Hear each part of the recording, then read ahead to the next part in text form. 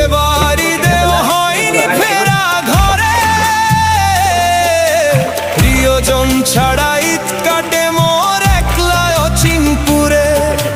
নিঃসঙ্গতা কুরে কুরে খাই তবুও মুখে হাসি, আমি যে প্রবাসী, আমি যে প্রবাসী।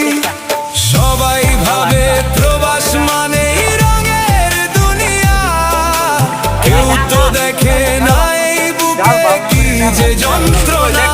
তবুও ভালো থাকুক তারা যাদের আমি ভালোবাসি, আমি যে প্রবাসী, আমি যে প্রবাসী।